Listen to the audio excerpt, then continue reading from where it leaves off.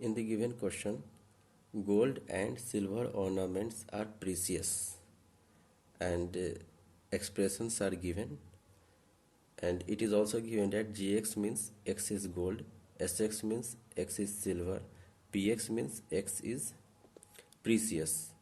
Let domain is set of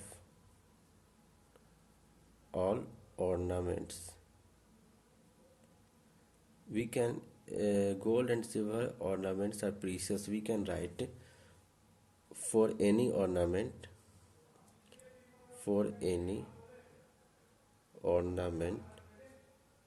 if this ornament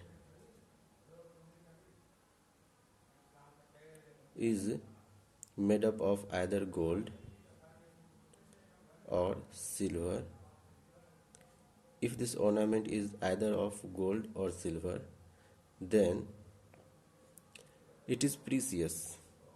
This ornament is precious. See, mind the language.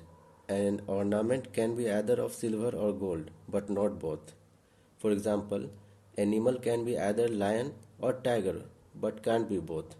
A student can become either a doctor or engineer, but can't be a student is both doctor or engineer. So don't be confused between and or clause. Here it is and, but ornament can be of either silver or gold. So we will convert this statement. For every ornament x, if this ornament is either gold or silver, it implies that it is precious.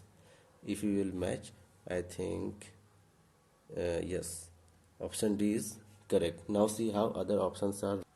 Option A says that for every ornament, if ornament is precious, then it is made up of gold and silver, which is itself wrong. It is saying reverse of this statement.